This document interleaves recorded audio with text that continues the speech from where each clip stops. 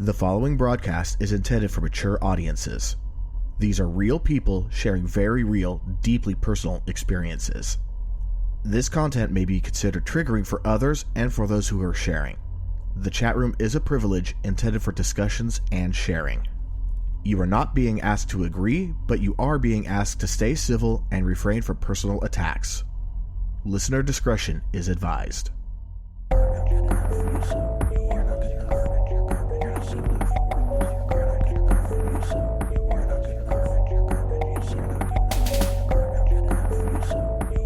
All right, thank you for listening to Am I Mental? A mostly weekly podcast where people talk about their stories, sharing about living with mental health issues. I am your host, E. Unfortunately, our co-host, normally Bexy, is out on an emergency right now, but we do have a backup co-host. You may remember her. She had an episode with us. Say hello, R. Hey, everybody. Thanks for having me back, E. Yeah, thank you for jumping in and helping out like this. Definitely appreciate it. And tonight's guest we have is Brittni. Go ahead and say hi. Hello, everybody. Thanks for having me also. Definitely. So, before we really get started on this, just a quick little pay the bills kind of thing. If you like what you hear from us, by all means, share episodes, especially if you think that an episode would be like impactful or help someone that you know in particular. Definitely share those. Also, if you want to help us to grow and add more features to our website, maybe add some cool little things here and there as we go and become bigger than just a podcast, go to amimental.net/donate. There's a number of ways that you can donate to help us out. We definitely appreciate it. By no means are we like saying you have to donate or anything like that. It's just something that would really help us out and we'd appreciate it. We're never going to charge for this stuff. This is always going to be a free podcast for everybody. That said, Brittni, why don't you introduce yourself a little bit? Tell us what you're about.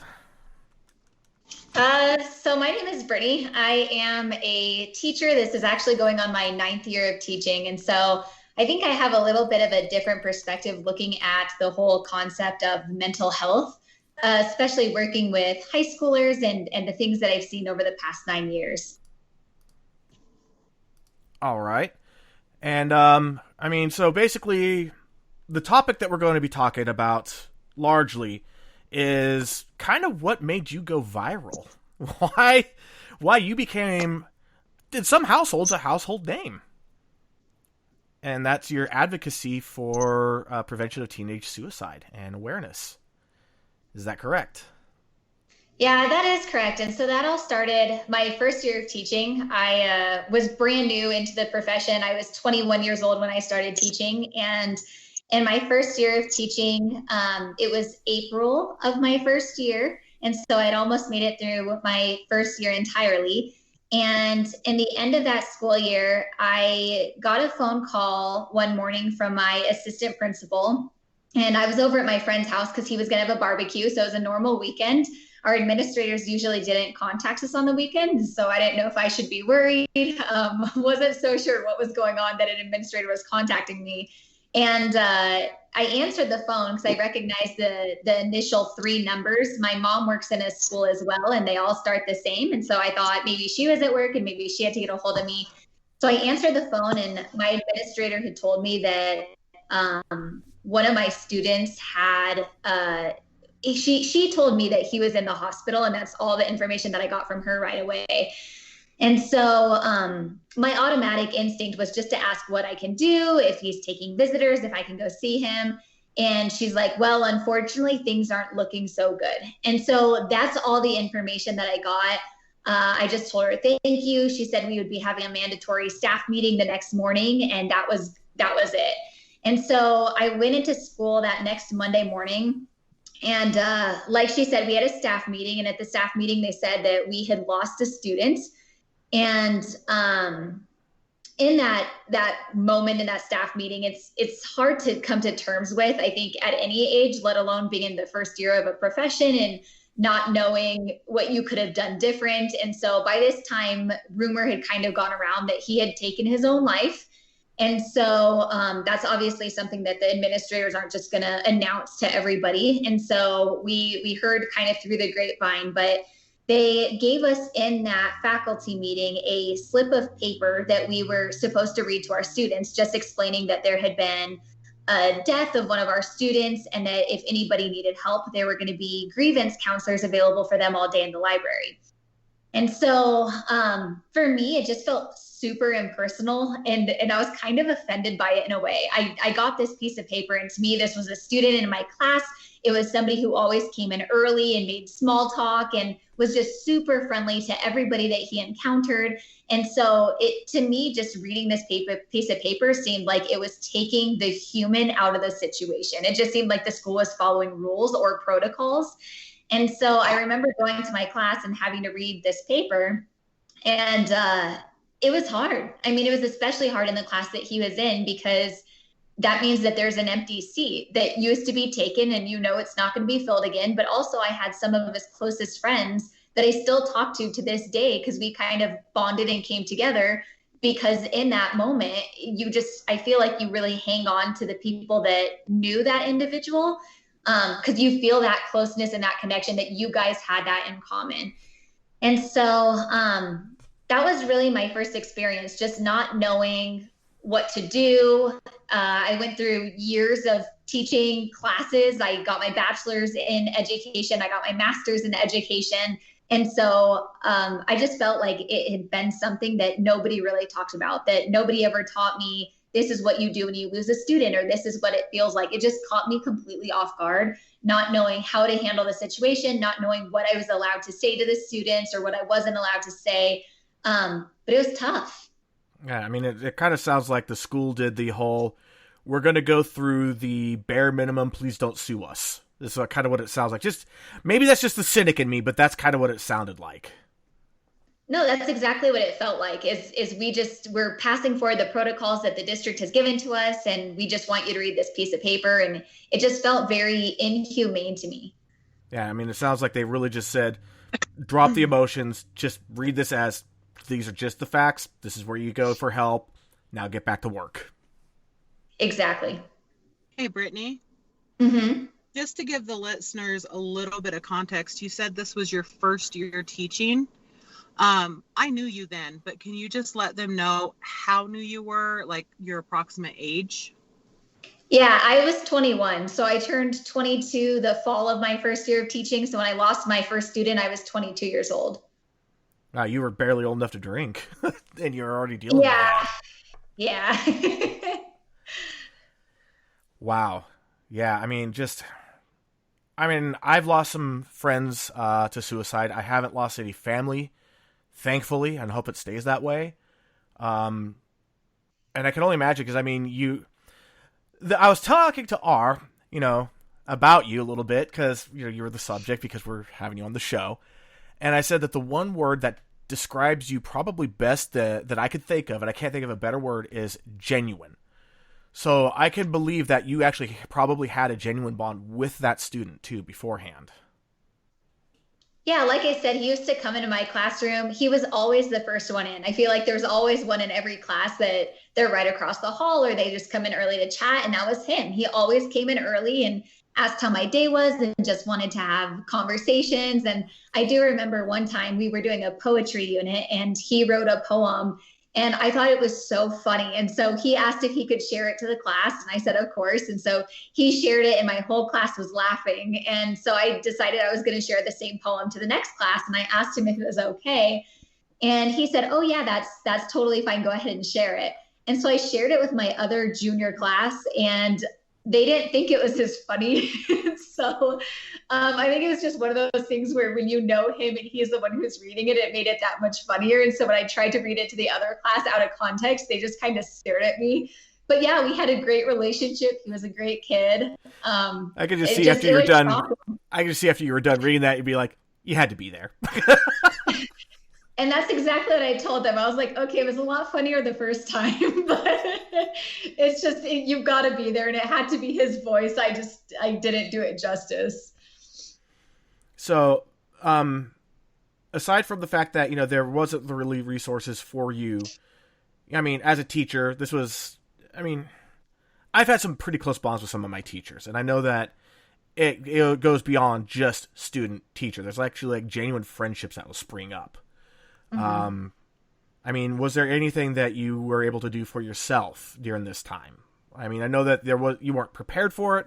They didn't tell you what to do, but I mean, and once you were out of school and, you know, on your own time, I mean, what did you do? That's a great question. I think the reason why I held that so close to my heart, and it still is to this day, but I think for so long, is the fact that I don't know that I ever really fully grieved the way I should have. I don't know if I went through like normal coping mechanisms because it seemed so unreal, because I felt like there was that disconnect at school. I think maybe one person had asked me, they knew that he was a student in my class, and I think one staff member asked me how I was doing. And so I just felt like I didn't have that support system, especially being a new teacher. Like I love my job and I love the school that I work at, but things have come a long way since then in talking about mental health and having open discussions about this. But at that time, it was 9 years ago. And I think talking about mental health was very much still taboo, especially coming from an educator. Whereas now we have entire clubs dedicated to talking about our mental health and talking about how we get through difficult times. And so I don't know that I ever fully coped with that. I do remember going to the funeral, and I showed up by myself. It was one of the first funerals I've ever had to attend in my entire life. And I remember walking in and seeing his picture at the front of the room, and I just started sobbing. And my principal was there, and another teacher, his math teacher, who I knew, they were there, and they pulled me aside and let me sit with them. And at that point, I just felt like I needed to be strong because I was the adult in the room, and there were a lot of students there. And so it was kind of this, like, what do I do? I mean, I'm only a couple of years older than them at this point, and so I'm struggling with it because I've never gone through it. But then I also felt like I needed to be the strong one for them. And so I don't know if I ever fully dealt with it the way I should have, or the way that I would do that now. And I was there. I was there at that funeral because I had brought my dog. She was a friend of this particular student, and I saw Brittni. And I was telling E just the other day that you were pretty much a zombie for that. Mm-hmm. Through that. Like, I didn't see you crying, but I didn't approach you at the time because we weren't that close at that point. But at first I thought you were a student, and then I realized who you were. Yeah, she looks really young. Yeah, she still does. Yeah. That's actually a good segue for some comments. May says, good evening and welcome, Brittni. Brandy says, good evening, everyone. When you first described your student losing your student, Brandy says, oh my God, how devastating.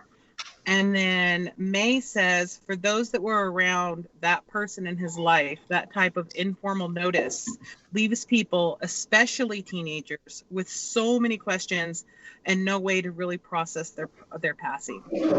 I agree. Agree 100%. May also says that could also open up the potential of more rumors being stored or spread. Absolutely. And I mean, just from how little I do know of Brittni, it just seems like that you're just the kind of person that's always happy, cheerful, bubbly, approachable. To see you as a zombie would probably disturb me, and I've only known you for a few hours total. I want to be when I grow up. Just putting that up. Yeah. Thank you. Yeah. Ours bragged about you, and I want to be you when I grow up. So that kind of leads us to what happened. Because we kind of alluded to the fact that you went viral. You were on probably the single most. How do I put it? It was like one of the greatest TEDx's ever. Like almost everybody that, like all the great videos I saw for a time period, all came from that one TEDx Mile High, one that you were at. The difference that I think is that they all went viral because of TEDx. You were at TEDx because you went viral. Right. So maybe if you think we're at a good point now to kind of skip forward to that, like what happened? Yeah, of course. All right. So then I think it was my third year of teaching. I guess after year 9, things start to blur together. But I think it was my third, maybe my fourth year of teaching. And Well, it was we had gone 2016. I looked that up. 2016. Okay, I started in 2012. So just a few years into teaching, and the next couple years had gone well. We didn't have any deaths in the school, and so I just kind of thought that this was like a weird one-time thing that I just happened to encounter in my first year of teaching. And then fast forward a couple of years, and I had another student in my class who is like easily one of the best students I've ever had in my teaching career. Just outstanding, straight A student, always super friendly and bubbly. She's the kind of girl who would always email me if she was going to miss a class for an appointment or whatever it might be. She always was proactive about that. She communicated with me. And so when she had gone missing, she was absent for several class periods, and I didn't know what was going on. I was concerned, but I figured, okay, I'm sure I'll hear from her. I always do. I sent her an email. I didn't hear anything back. And so parent-teacher conferences were not too far after that. So she'd probably been absent about 2 weeks at this point. And so I'm at parent-teacher conferences, and her mom walks in, and her mom has a list in front of her. It's a list of the teachers that she had in class that year. And it either says yes or no next to every one of them. And so her mom sat down, told me who she was. I had never met her before. And so we talked a little bit, and she said that she had this list here, and next to some of the teachers it said yes. And that meant that she was okay to share this upcoming information with that teacher. And then some of them said no, that she wanted to keep this private and she didn't want to share what was going on. And so the mom proceeded to tell me that her daughter had attempted suicide, and a friend kind of started to put together what was happening right before it happened. And so the friend reported it to Safe to Tell. Safe to Tell got a hold of the police right away and sent the police to her house, which is what saved her life. And so she was in a mental health hospital getting the help she needed. And that's why she hadn't been at school. That's why she hadn't responded to my email. That's why she hadn't emailed me, because she had no access to technology. She was just 100% focusing on her mental health and recovering from that. And so just to toss in something really fast, for anyone that's never been in a mental health facility, I have. I was a patient. They take away everything, even your shoelaces. You know, just because you can use your shoelaces to hurt yourself. You're completely cut off from the world during that time. Right. So she had absolutely nothing. And when her mom told me this, I was just in shock because, I mean, like I said, super bubbly, super happy, super upbeat. And so for me, I kept questioning why I wasn't seeing the signs. Like, is there something wrong with me that I'm not seeing these signs? Because both my student, my first year, and this student were so optimistic, so friendly. They were always surrounded by people. It wasn't what you traditionally see when you look at the signs of suicide list. I wouldn't identify either one of them as having those signs based on what I saw in my classroom. And so, of course, I start tearing up, and her mom is tearing up, and I just asked her, I said, what can I do? And she said, you know, she'll hopefully be out here in the next week or so. And so I'm talking about how, okay, I'm going to exempt all these assignments because I know that she's a straight A student. I know that would stress her out to be behind in her academics. So I said, I'm just going to exempt all these assignments, and we're just going to give her a fresh start when she comes back and move forward. And I was like, but what else? And I said, is there any way that I can write her a note? Because I can't send her an email. I have no way of getting a hold of her. And her mom said that would be great. And so I wrote her a note, and I just basically said that I missed her and we missed having her in class. She was always bubbly. She was always smiling. She always helped other people. I had saved so many assignments of hers and projects that she had created because she just always did an awesome job at everything. And so I just really reached out to her and wanted to let her know, like, you matter and I miss you and we can't wait to have you back. And her mom delivered the letter to her and sent me an email, the mom did, and told me that when she got the letter, she just started crying because she thought that nobody would miss her when she was gone. And so for her, that was like an eye-opening moment that she's like, oh my gosh, somebody did care. And it's probably not, she probably didn't think that night that oh, my English teacher would miss me, and my friends will miss me, and my family will miss me. I think that she was hurting so much. And so when her mom said that to me, I just felt like as a teacher, there was something that I had to do for all of my students, because I realized that if my student my first year didn't have any signs from what I could see, and then this student didn't have any signs that I could see, I just knew that out of 130 students, there had to be more students in my classroom who were dealing with the same struggles, who were having the same thoughts, and I had no way of knowing. And so I decided at the end of that school year, this was a March conference, and we get done with school at the end of May. And so I started writing cards to every single one of my students, just letting them know what I appreciate about them, or things about them that stood out to me, or like inside jokes that some of us might have had. And so basically just telling them, like, thank you for an awesome year. This is why I appreciated having you as a student, and this is why I'll miss you when you move on to next school year. And so in May, they took their final exam, which they always do. They've got 4 days of 2 exams each day. And so at the end of the final exams, I handed out these cards to the students, and just said, basically, thanks for a great year. I have something that I want you to take with you as you go on a summer vacation. And so before I started handing them out, I had taken a picture of the cards and posted it on Facebook, because anybody who's friends with me on Facebook knows that a lot of my posts are about teaching and education and the funny things that happen in my classroom. And so I had just taken a picture and wrote about my experience at parent-teacher conferences, and wrote about how that was really hard, and learning about my student, and that I just felt like something needed to be done. So I wrote these cards. And that night that I posted it on Facebook, a lot of my friends were commenting and saying, this is so cool that you did this. This is so wonderful. Make it public. Yeah, exactly. Here to make it public so that we could share it. Yeah. I think you're one of the ones who commented, and you were like, this is about to go viral. Yeah, I did. And so I didn't think too much about it. I mean, people were asking to share it, but they were friends of mine. And so I was like, okay, not a problem. And so I switched it to public, and I went to bed that night, and I woke up the next morning, and it had over 20 shares, which doesn't seem like a lot, but I started looking through the shares, and they were people that I didn't know. And so a lot of them were friends that I had, but then some of them were people that I didn't know. And so I started clicking the links, and you could see what people had shared if it was a public share. And it was saying things like, oh my gosh, this teacher's amazing. We need more people like this.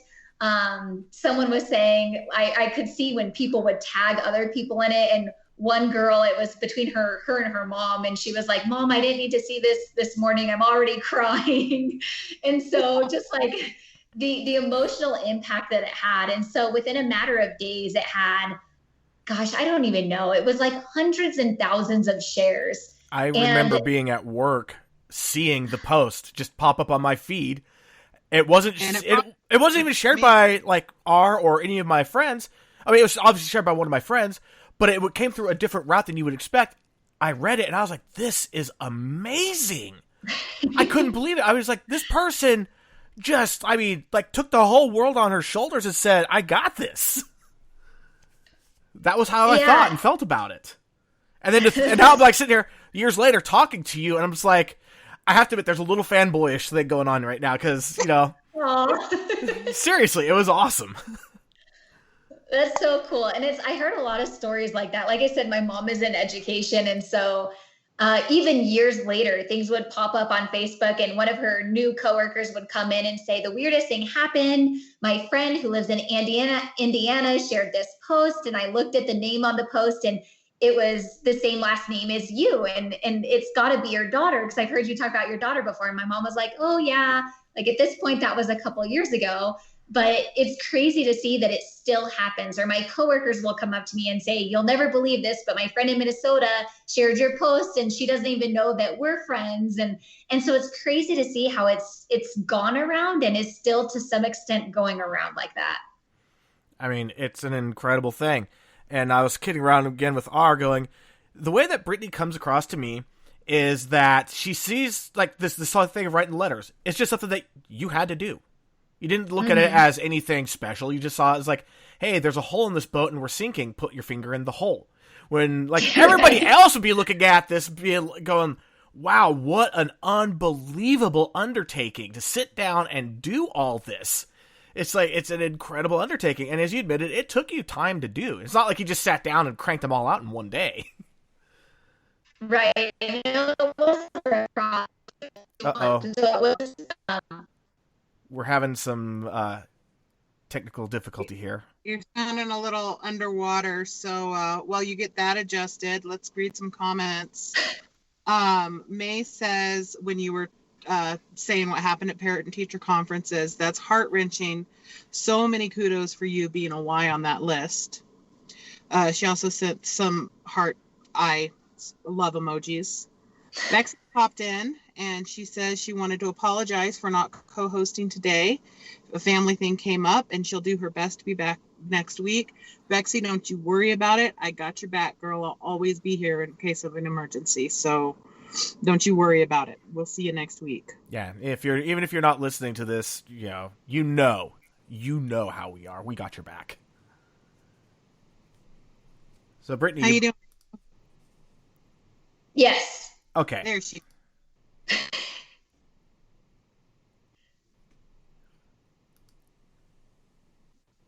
Are you? We can hear you now, so you can keep going. Okay, the volume's okay now. Yeah. Okay, now it's great. Okay, perfect. So yeah, just what I was saying before is that it was 2 months total. And so it would be things like I would take 5 of them home, or I would take 5 of them to cheer practice and write them before cheer practice, or because I'm a cheer coach, or even on a plane to go on a trip, I'd bring them to the airport with me and I would just write a couple at the airport. But it was really fun to go through it. It's like I was saying the other day that it was a whole lot better than grading essays because it was personal and it made me think about all the things that I loved about teaching, about the reason why I love these kids and why I enjoy having them in my class. And so it was really fun to be able to actually participate in that process and look at the name and smile at the memories. And so it's something that I really enjoyed. And then, so your post went viral. Then what happened? It was crazy. So like I said, final exams happen over the course of 4 days. And so on the first couple of days, I would say the first 2 days, I handed out cards and that was that. And then by the third day, I had students coming into my class who hadn't even gotten their cards yet. And they were telling me that they saw what I did because they saw it on Facebook and they're so excited to get their card. And I hadn't even told them about the cards. I hadn't given them the cards, but they just saw it through social media that Miss Darris was handing out cards. And so they were going to get some. And and then just by that same time, probably by that Thursday or Friday, I remember just getting all of these phone calls and all of these emails, and the New York Times wanted to talk to me, and Good Morning America emailed my principal, and he announced at a staff meeting that we had that morning that Good Morning America wanted to talk to me, and the Washington Post and NBC and ABC. It just like BBC in London was the craziest and most shocking to me. It just all over the place, and all of these people who just wanted to talk and hear the story and hear what happened. And yeah, it was wild. I mean, I can't even imagine that. Like, I mean, I've had now a couple of friends that have gone viral, and I've done a couple of trolling things that they went viral, but I never had anything that I did that was like positive and getting that kind of response. I mean, that had to just be overwhelming. You're just doing your job one day, and the next thing you know, you have Good Morning America wanting to talk to you about you doing your job. That had to be mind-blowing. Yeah, well, I just kept telling people I'm just a teacher, because then it's like you said, I did the TED Talk and they reached out to me and asked if I would participate. And for me, I was like, I'm not a public speaker, I promise. I'm just a teacher. And I felt this emptiness in my heart that I needed to do something. And so that's what I did. I saw a problem. I felt like there needed to be a solution. I felt like there was nothing I could do besides writing these cards. It was something that was going to help me heal and feel better about what my student had gone through, especially knowing I lost a student a couple years before that. So. Right. And the thing is about TED Talks is that normally they spend most of their time, like 99% of their time, turning people away. They reached out to you saying, we want you. That's incredible right there too. Something I didn't realize that because they sent me the email and said, we'd love for you to be involved. And I was like, okay, that sounds great. And then they sent me an email about coaching meetings. I would drive up to Denver and we would do coaching meetings. And I got there and all of a sudden people were talking about the interviews they had gone through. And so I'm looking around trying to figure out what exactly is going on. Cause I'm like, did I miss something? Was I supposed to do an interview? And that is the norm. The norm is that you apply to be on TEDx and you go through an interview process. And from there, they select you. And then you start attending these meetings. And so a lot of people who were actually all of them, every single person who was in the room with me had some kind of script already established that they had done in the interview where you had to present part of your speech. And I showed up with nothing. I had no experience. I'm not a public speaker. I didn't go through the interview. And so I had nothing. And I didn't realize until that moment that, oh, like other people are a little bit ahead of me on this because they did go through that process that I didn't even know existed. Wow, that's just crazy. It'd be almost like if, American Idol, they just reached out to you and said, hey, let's go to LA. And you didn't even audition. You're just going immediately to the that phase of the competition when they start doing the whittling down. Wow. That is amazing. Yeah. And, as I was saying too, before we even started the show tonight, like that particular TEDx, that one was absolutely incredible. So many of the speakers went viral from that video, or from that TEDx. Like, seriously, I remember there was a period where almost everything was TEDx Mile High. This person, TEDx Mile High, this person. And I just thought, wow, they got some great people over in Denver. And I thought this was like over a period of years. And it turns out they were all the same. It was all the same years, all the same stage, the one that you were on. That's just incredible that you got to be a part of that. Thank you. Yeah, it was a neat experience. By far one of the scariest things I've done in my entire life. Luckily, Art was there to support me and her daughter was there to support me and cheer me on. But yeah, definitely a new experience for just an English teacher. And do you still do the cards today? Oh, sorry. I do. Yeah, I've done the cards every single year. So they looked a little bit different last year because of COVID and we were doing online learning. And so luckily I was able to get cards out to my seniors because they were doing like senior gift baskets, almost like a goodie bag for all that way. But it wasn't the traditional final exam cards, and it was kind of they picked up from the school and went on their way. But all right, you broke up a little bit, but the whole message came through. And you were onto something. I was going to say, May says, that's so cool. You were the change you wanted to see in the world, as trite as that may sound. You exude passion for teaching, and even more so for the future of the children that you teach and their very lives. The world needs more people like you. I've never seen your TEDx, but I have to see it. And yeah, you do, May. I still watch it every year when it pops up in my memories, and it brings a tear to my eye every time. And I was there. You should have seen me when it was actually happening. There was buckets. You could have basically sent your tears to California and stopped the drought. Yeah. And Tommy said, being a teacher, you have public speaking abilities. It's just a different crowd. It's a good way of looking at it. And I agree. You are an excellent communicator. And by the way, because I do this anytime I recognize another podcast, when there's people from that podcast on our chat, May and Tommy, they're the Porch Drunkies. They were actually the very first podcast I was ever on. Lot of fun. Totally different format, though. Yeah, you described theirs to me after mine, and like I said, that sounded way less than traumatic than what I had just gone through. Yeah, well, we're different, totally different vein here. So yeah, no, that's really cool that, you're still doing the cards. That's, I think, is like the greatest part. It's not like you had 5 minutes of fame and that was it. You're like, this is just what I do. Okay, I got famous doing it. I'm not changing anything. I'm just going to keep doing what I do. That is awesome. We definitely need more people like you in this world. Seriously. And I know you probably hear it all the time, and I could see it on your face. You don't take these kind of compliments all that well. Because you're just like, I'm just doing my job. Jeez, people. She's very humble, but I also want to add, because she won't, she didn't only write letters to her students. She wrote letters to all of her cheerleaders and some of the parents as well. Yeah, so that, you said that you wrote 130, and yeah, even that USA Today article said 160, so I guess that would be everybody else. Yeah. USA Today ratted you out. I know my daughter still has hers. I think that's one of the coolest things, is that I still get so many students, that former students of mine, that reach out to me, and even if I haven't heard from them in 2, 3, 4 years, and they'll send me a picture of the card and tell me, hi, how are you doing? I just came across this again, and I read the message, and I just wanted to say hi. And it's awesome, because it's that reminder that, like, we can still keep in touch and we can still talk. And I had another former student who said that anytime he was having a bad day, he would get out the card and read the card that I wrote him. And so it's so special just to see that, and to hear that people still have it, that they still read it, that they hang on to it.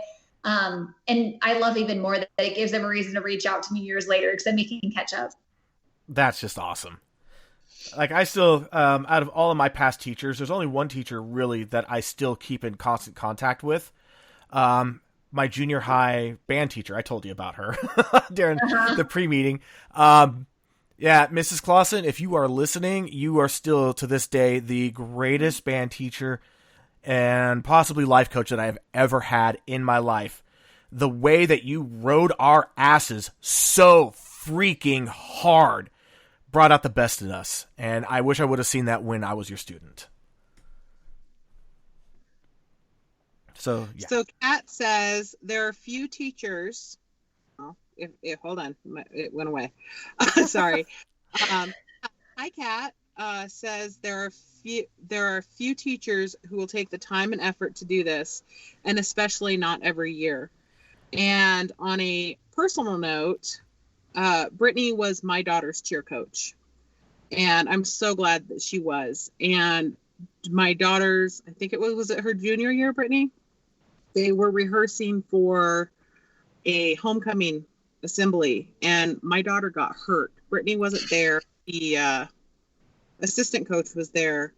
Brittni got word, and I'm pretty sure she beat us to the hospital. And she sat there until my daughter was released. Brittni is a genuine teacher. She truly, truly cares about these kids. It's not an act. You know, a lot of times you'll see things and they're like, oh, they're just doing that for whatever. It's not. She is a truly genuine person. She really cares about these kids. I mean, I'm sure you could hear it through the voice too. I mean, it's there. Just that genuineness. And again, I get the benefit of getting some video, and I can see it on her face. I mean, seriously, she is... I want to be her friend. I like genuine people. I really do. Because you always know exactly where you stand with them. And that is so important to me. She's my friend E. I don't share. Every time you've said that, I've wound up becoming friends with them. I know. And this has gone without fail for years. So yeah, anybody have any questions? Brittni, you have anything else you wanted to talk about? I mean, we're only 38 minutes in. We haven't spent that much time on this, and we've kind of covered quite a bit. One thing I did want to throw out, because you were saying that you didn't feel like you were able to properly grieve. It's a book that I was assigned when I was seeing a therapist, and I've given it to a couple of other people as well, and it's a life-changing book. It's called the Grief Recovery Handbook. The 25th anniversary edition is absolutely amazing. Works best if you have a partner to work with you, especially someone that's gone through the process before. It's one of those things, the more you put into it, the more you're going to get out of it. It has helped me to get over some of the toughest losses in my life. Like my divorce, losing my grandfather, losing my uncle, who was basically my second dad, losing some close friends. It's helped a lot. I can actually think about these people now without the pain, without any sense of loss, just the joy of the time I had with them. and it's amazing. Wow, that's great. So I highly recommend it if you find that you're still struggling with any of it, by all means. And grief could come in so many ways. Even getting a promotion could cause grief. Getting a raise can cause grief because it's an end to what you're used to. So yeah, definitely recommend it. Yeah, I'll have to look into that. It's like I said that was 9 years ago when that first experience happened. And I think since then, things have changed a lot in our school district as a whole. A couple years back, we lost at one of our high schools 4 students in 1 month, all died by suicide. And it was just, like I said, weeks apart from each other. And some of them knew each other and some of them didn't. And so I think in one case, one triggered another one. But I just think that because of that, it's brought more awareness to our district that you can't just hand a slip of paper to teachers and tell them to read it and think everything is going to be okay. We've actually implemented programs. We've got one called Sources of Strength. And so it's all about teaching students how to find your sources of strength, even in the hardest times. And so we acknowledge that life is difficult and we talk about what makes life difficult, but then we also talk about how do you navigate those times? So do you have good friends? Do you have good family members? Do you like to participate in healthy activities like hiking? Do you like to be outdoors? And so we have those conversations when we ask students to participate in sharing what they use as kind of their outlet to help them get through these hard times. And so I feel like now it's more of a conversation and the district's open to talking about it and teachers are encouraged to talk about it. And I think that things have come a long way in the last 9 years, and I'm so grateful for that. Right. And when our pre-show, I was saying too, it's like your district went from the standard run-of-the-mill, we're just going to cover our bases and cover our asses, to this is how schools should be. This needs to get rolled out to other districts. This is just amazing. Just that level of support. I know at my hometown, the high school there, it's still basically we lost a student. All right, we have grief counselors in the library. Yep. Yeah. We do have a couple of questions. May says she wants to know if you ever found it difficult or hard to write a personal message to a student. No, it's funny that you asked that because I've been asked that before in one of the interviews that I did.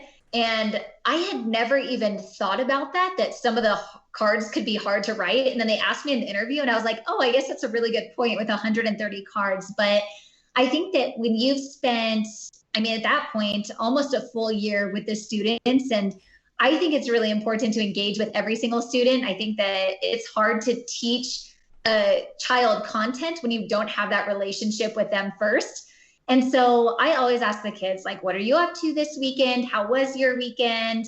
I get to know about what they do outside of school. So are they in clubs? Are they in sports? Do they work? And so I'll ask them, oh, how is Chick-fil-A going if they work at Chick-fil-A or whatever it might be. And so I think when it comes to writing the cards, I have so much that I remember and so much that I think is so meaningful.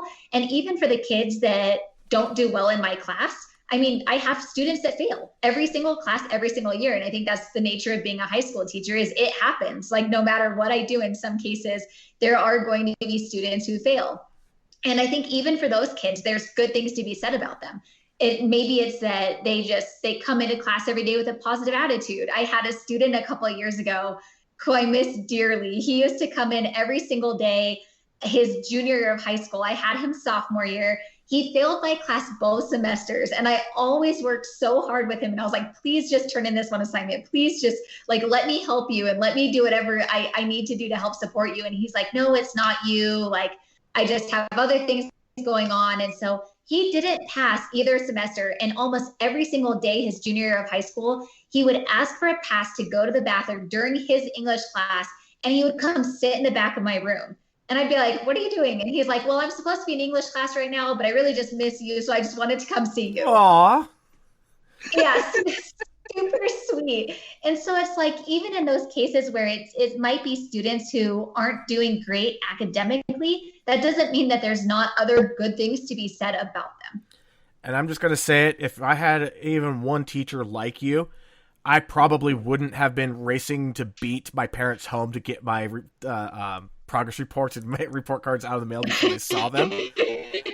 And I would have stayed on honor roll. Like, I had one semester out of all 8 semesters out in high school where I made honor roll, and I didn't even realize I made it. I just, holy crap, I actually made it. I actually got it, my report card handed to me. All the other times it was, I was bored, and the teachers just didn't really seem to care. I mean, I had a couple of teachers that were a little more caring than others, but our school was so much, if you're not a jock and not a cheerleader, you don't matter. And that really sucked. Mm-hmm. And I don't know that school's any better. And I don't want to really ride rough on that school because I haven't been there for 25, almost 30 years now. But just remembering what I knew and then seeing my niece and nephew going through, it's just like, damn, dude. It's like, it really hasn't changed much. And it sucks. And like, we need to be able to just put you on like a copy machine and say 10,000 copies, go. Oh. Kat wants to know, do you know if you've managed to prevent any suicides with your support? I have heard from a handful of students that note whether in that exact moment down the road and they were having suicidal thoughts and they went back to the note. I have been told by a handful of them that did make the difference. I had one mom actually reach out to me the week after her son graduated, and he had put a post on Facebook about how there were 2 teachers in his 4 years at high school who really made a difference. And she screenshotted it and she sent it to me, and she's like, I just feel like you should see this and you should see what he wrote. And she told me that he had been suicidal, and that seeing that card and feeling like he does matter and feeling like he could confide in me and that one other teacher, she said that was what made the difference for him. And so I've had a couple cases like that, either from parents or students, where they came back and said, sometimes the card was the thing that made the difference. And sometimes it was just feeling like somebody cared and that they made a difference, even if they weren't straight A student, that somebody just believed in them. That's amazing. And I will say this, I wasn't one of Brittni's students, but Brittni saved my life.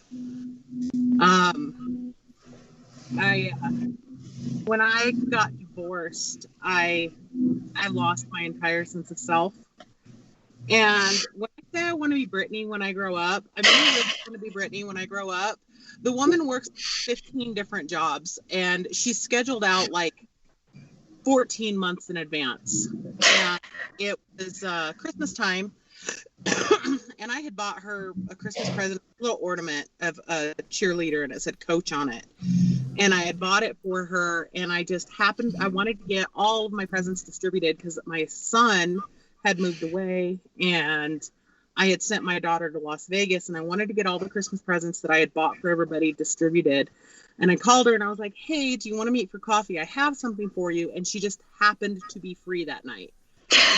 And, we ended up shutting Starbucks down that night. It was a rare moment where she was home, and my intention was to distribute all of the presents and go home and take my own life. But sitting there with Brittni, and she didn't know what I was about to do, but her words, genuineness, and her reminding me how important I was to so many other people made me change my mind before I got home. So I can say 100% sure that her support has prevented at least one suicide for sure.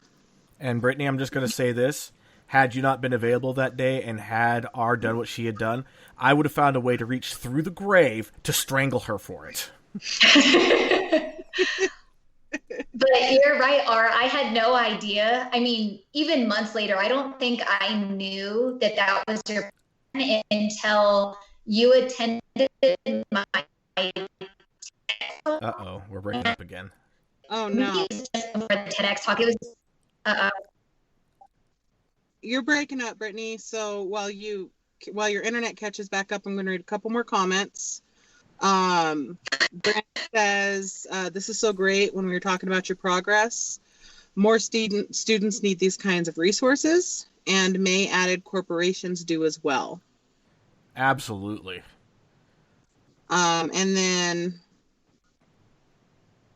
are you back? Oh, you're back. Okay. Go ahead. Sorry. Oh, she's not back. Normal again? May says that you are such a diamond in the rough. I don't know. She seems pretty polished to me. Just saying.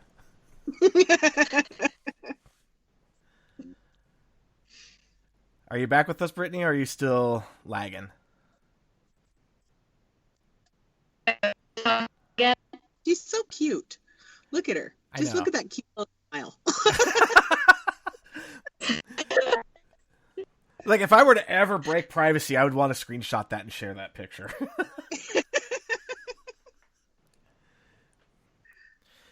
Yes, everybody. Brittni is absolutely adorable, okay? Just... I just took a picture. I'm going to text it to you. I think she can hear us pretty well because she's laughing. I am laughing. I want to get a copy of this picture too.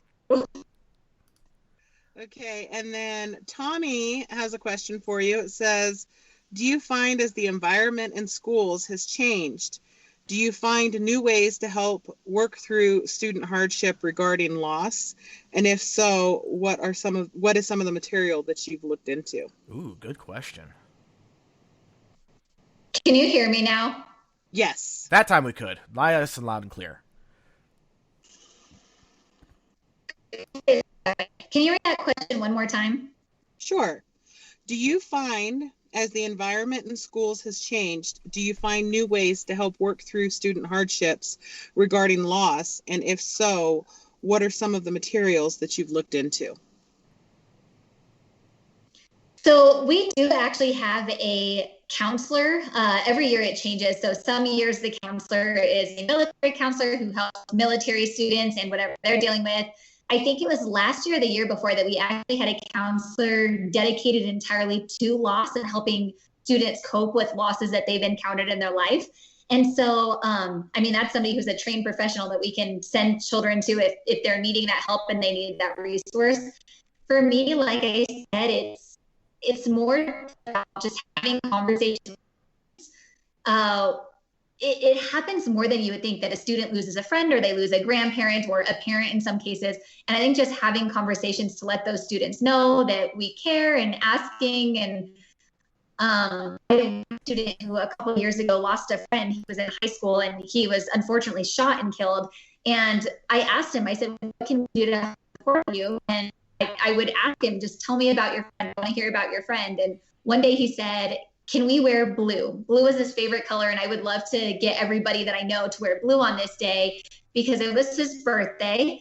After he passed, it was his birthday. And he's like, I just want everyone to wear blue. And so I have an events portion of my board where I ask students to write down what they're involved in. And so if you're part of the school play, write down on the board that the school play is coming up at the end of this week. And whatever it might be, so that other people can attend, so that I can go be involved as well. And so he wrote down on the board that he wanted everyone to wear blue. And so I remember we all came to school that day and we were all decked out in blue and he was so excited despite how hard that loss had been for him. And so again, I am not trained professionally in how to help with grief. And I wish I was, but I think just having those conversations and letting the kids know that it's a safe place to talk and that they can have that conversation, I think that's made a difference for a lot of them. And also, if you want to circle back to what you're saying about you didn't know that R was in that suicidal headspace. And also, just as a technical thing, I think one thing that might be able to help is if you turn off your camera, so that way it's just the audio, because the video takes up the bulk of the bandwidth. There's just a little camera button that you can click on. It just turns it gray and stripes it out. Like, I just turned mine off. Okay. Should be at the bottom of the main window. I think mine's turned off now. Yep. Okay. And that should probably help out. Okay, great. So what I was just saying is that I didn't even know. So that happened in December. And I don't think it was until that May that I found out, because I remember I was at an Air Force Academy graduation. And I remember you put a post on Facebook, R, just saying that what you had been through and saying that night was what made the difference for you. And I remember just tearing up and not knowing what to do and how to react because I was so shocked. I had absolutely no idea. And I was like, okay, I need a minute. Like, I need to process this and I need to reach out to her and I need to talk to her. And so that night I had absolutely no clue. It was literally half a year later, at minimum. I think it was the next May, but a minimum of half a year later when I finally found out. I think it was probably about a year later. So maybe it was a year and a half.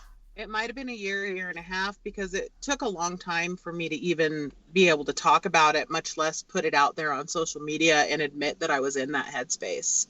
Right. Yeah, I remember when you were going through your divorce. I think that was about as rough as when I went through mine. Yeah. And you were there for me. All I can say is thank God's whatever it is, that I had her in my life, because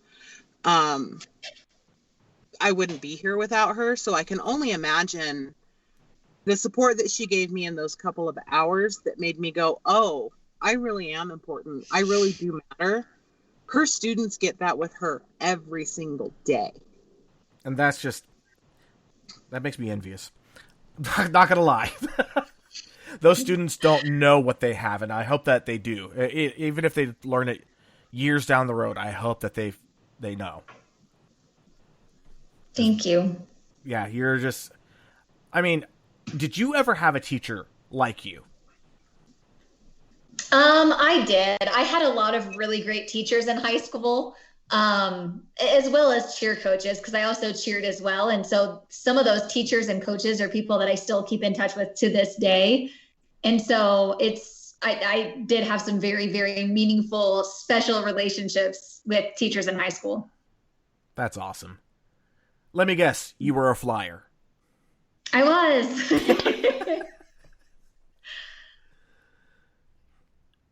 Yeah. So, and there's a lot of comments coming through right now. Wow. Yeah, I didn't want to cut her off, though.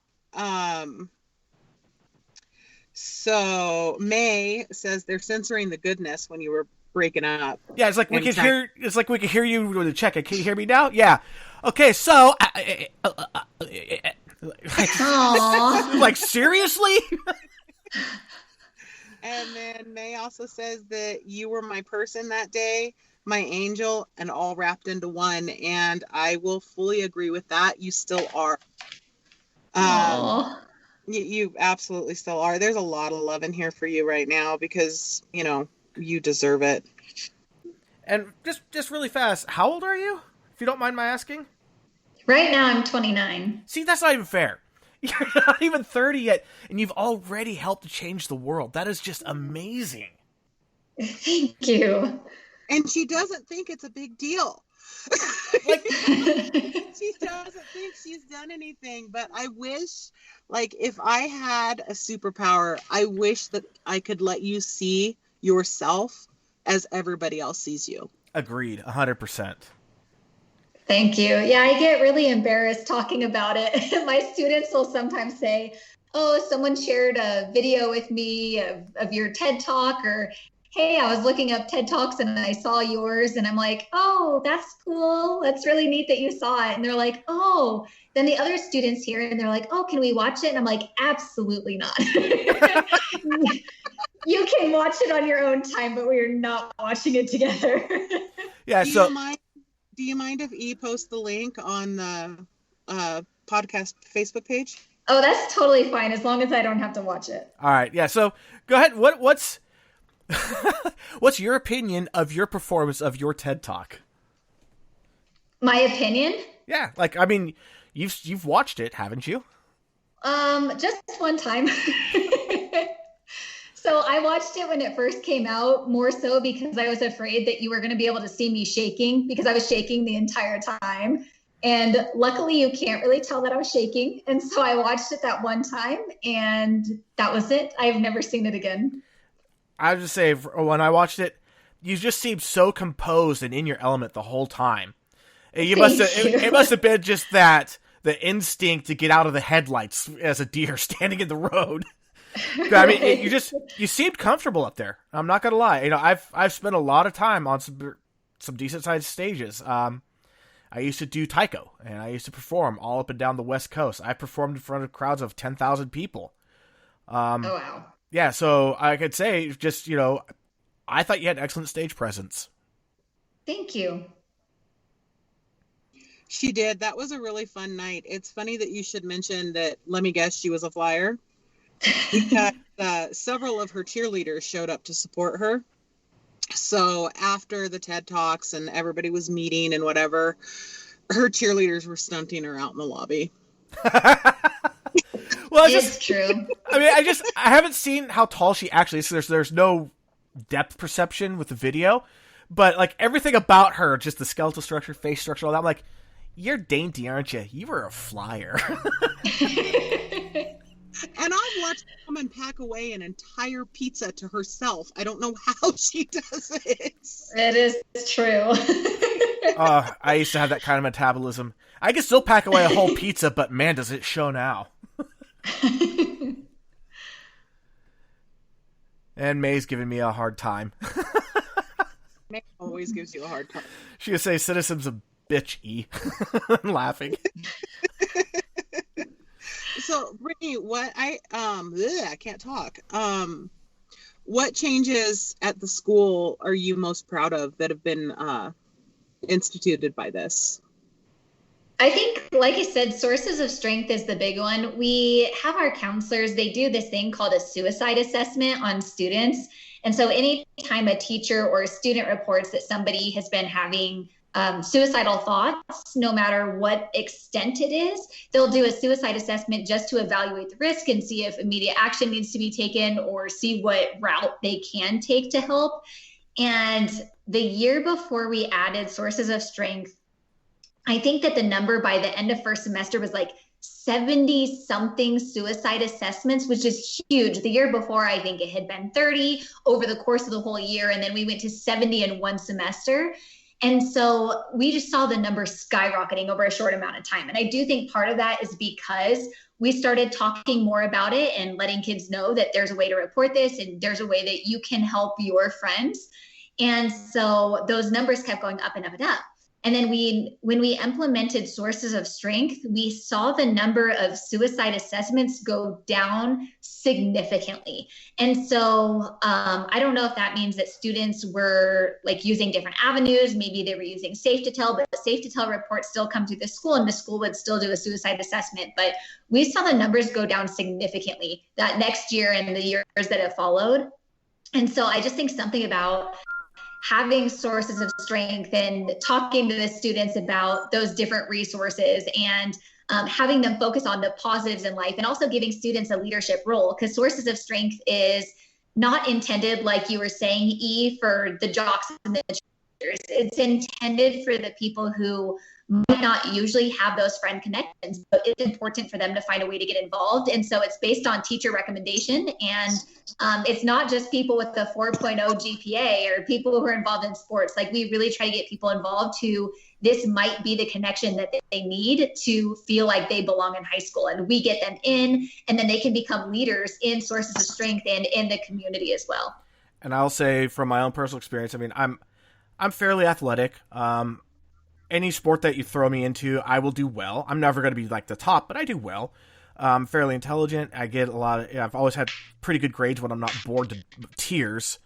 But one thing that helped me a lot in high school to keep myself together and to keep from going down that dark path of all things was actually Dungeons and Dragons. It allowed me to connect with other really creative-minded people who liked fantasy. And as we were outcasts, but we didn't care. We found each other, and we would go we would ask teachers that like, hey, can we use your classroom during lunchtime so we can role play and just have the door locked behind us? We're not like, our reputation was, we're the students that don't do anything. You could trust us alone in the chemistry closet, with everything, and we wouldn't touch a thing. So yeah, that really helped out a lot. So even stuff like that, even though it may, like, a lot of people would be like, ew, Dungeons and Dragons, or isn't that devil worshiping? It isn't. But the people that love it, it can be a lifesaver, especially if, like, they love it and they don't know there's other people around that play it. And there's a school that my daughter went to that had an actual Dungeons and Dragons club run by a teacher after school every Thursday. We have one too. And that's another thing that I think is really great about my school is that we do have all of these different clubs. I mean, an insane amount of clubs. But if we get just two students who propose a club and they can find an advisor, it becomes a club. And so Dungeons and Dragons is one of them. There's an LGBTQ club that I think a lot of students have been able to become part of that and find their acceptance within that club. It's amazing the amount of clubs and the amount of connections. But the whole idea behind Sources of Strength is that we look at circles, like groups of students.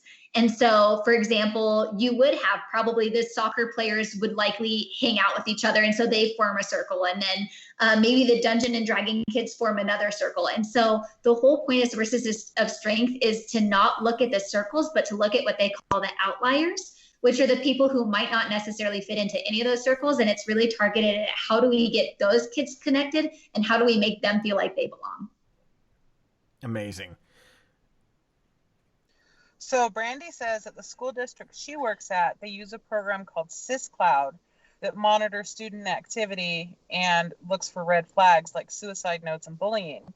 It's pretty neat. The sad part is that there's very poor follow-up. She would like to see something like what your district does to help. You're truly inspiring and making a difference in the lives of young people. Aw, that's sweet. And then Tommy says they ran a D&D club. And Kat says that E was celebrating his nerdiness with his D&D club. Well, we didn't even call it a D&D club. We just did this lunchtime D&D thing. I am not even justifying that dad joke a little bit and out loud. It's about the nerdiest joke that you'll see in there. It's now. My limits. All right, so Brittni, with just the way that you seem just naturally is like you always seem to be looking for better ways of doing things. I mean, that's just the impression that I get. Is there anything that you would like to see your district do in the future that you not being done right now? That's a great question. Like I said, if you had asked me that question 9 years ago, I think I would have had a long list of things that could have been done differently moving forward. But I really do think that the district has made steps to try to make people feel like they're included, to try to make people feel more comfortable about having those hard conversations with students or with other staff members. I just think that there's awareness and there's communication, and it's not like it's taboo anymore. And so to me, I feel like we've come a long way, and I think we'll keep moving in that direction. And I'm so proud of that, because like I said, 9 years ago, that was not the case. And I would have felt like there's a whole lot more that needed to be done. And now I feel like we're making the steps that we need to make. Fantastic. And are you a driving force in these changes, or are you just like, oh, hey, that's a cool change that, like you're finding out about them after the fact? So I am part of Sources of Strength, and part of that is we think about how we can kind of implement more collaborative tasks as a community and as a school and with the students, and how can we target them. And so I've been involved in, for example, I worked with a student who graduated from another school in the district, and she started this I don't even know what you call it, but basically she would get pianos donated to the high schools, and then the students would be able to paint the pianos. And so you would take a handprint, paint your hand, and then put it on the piano. And so it's basically this idea that we're all connected and we're all part of something bigger. And so I worked with her in getting a piano brought to my school. And it was one of the coolest things, because we would have students that I didn't even know could play a musical instrument, and they would go sit in our main landing. So when you walk into the school, there's a main landing, and then you can either go up or down. And that's where the piano was placed. And students would sit there and they would play. Even at 5:30 at night after cheer practice was over, I'd be walking down the hall and I would hear someone playing the piano. And so I think it's just little things like that, being able to be part of that and being able to bring that into the school and have people engage with that and have them say, oh, do you remember when we had that piano? And I think it's neat. Any opportunity I can find to be involved, I jump on it. And that made me just band geek out a little bit. That's amazing. May says, if everyone could find their tribe during adolescence, we may be better off. Oh, I agree. I agree. I mean, just hearing what your district is doing, it's bringing me so much hope for the future. So much hope for the next generations and generations going forward in reducing the suicide, the depression, the isolation, all of that. I mean, it's like, seriously, it's amazing. So with all of your advocacy and your involvement in these programs, I know you're not a grief counselor, which is something I think you should do, because you have so much extra time on your hands. But oh, clearly. yeah, do you see a trend or an underlying cause of the rise in teen suicide? Oh man, that's a very, very good question. For me, I have felt like a lot of it is,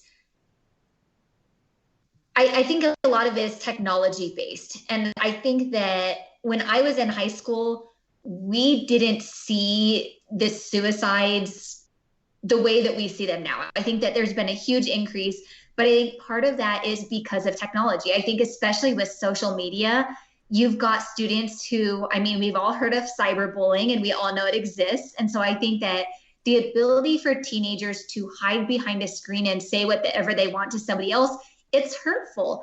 And there's these anonymous group chat things that my cheerleaders tell me about, where you can basically log on and say anything about anybody and it posts anonymously. And so you can have somebody posting, oh, so-and-so sleeps around with all the guys at school, or, oh, so-and-so. I mean, you can say anything, and it's an open forum where it can't be blocked. People can post anonymously.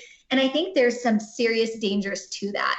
But I also think along with that, and going along with social media, I feel like for teenagers especially, there's this huge pressure to need to be the best. I mean, I feel like everybody feels that to some extent, that they want to fit in and they want to be included. But I feel like it makes it so much harder when you see the other people on social media and they get more likes, or they have this great boyfriend or girlfriend, and they have this great friend group and they're always posting their fun outings. And then you start to wonder, well, why don't I have that? And why don't I have all these friends? And why can't I do these cool things? Or why am I not as pretty? And so I feel like social media in itself has caused a lot of this, because there is that whole new dynamic that it's hard enough being a teenager, but I think we've just made it a whole lot harder. You made me think of Mean Girls with the burn book when it finally came public. Right? Yeah, but I mean, with what you just described, the burn book is an open book. It's just out there and there's nothing anybody can do about it. Mm-hmm. May says she agrees. During spring break when she was a kid, she was able to get a break from her bullies. And That's so sad. And one thing I think that's difficult for a lot of adults to really realize, is that we made it through that. But it's hard to remember that when we were in high school, that was our reality. Even though the world is a much different place than high school, and that those popularity contests don't actually matter in real life, that's your real life when you're in it. Yes. Exactly. And a lot of people go, oh, well, if you just log off and not pay attention to it, well, there's the obsession over it. What are people saying about me? Where do I stand in the cast of the teenage, world? Where am I in that school? Who's going to rise above me and suddenly become one of my tormentors? It's that kind of stuff. I'm fortunate that I remember that, but damn. Yeah, I mean, and some adults don't even understand that you only post your best life on social media. Right. Even adults do that. You only post what you want other people to see. So constantly comparing your life to your friends or to your peers, that's going to really have a significant effect on your mental health. And there are adults that can't grasp that concept. So I can only imagine what a non-fully developed brain is going through seeing this thrown in your face all the time. And for any teenagers that are listening, sorry about that. It's just, unfortunately, it's a biological fact. Until 25, man, your brain is still developing. Well, I mean, it's not even a matter of their brains developing. They're still getting a sense of what the world is, who they are, who the people are that they want to be around. Right. So, I mean, you couldn't pay me enough to be a teenager again. Oh, God, no. Mm-hmm. I mean, I'd take the body back, but you couldn't pay me to be a teenager. I'd take, going back to Tycho, I'd take that back, but nothing else.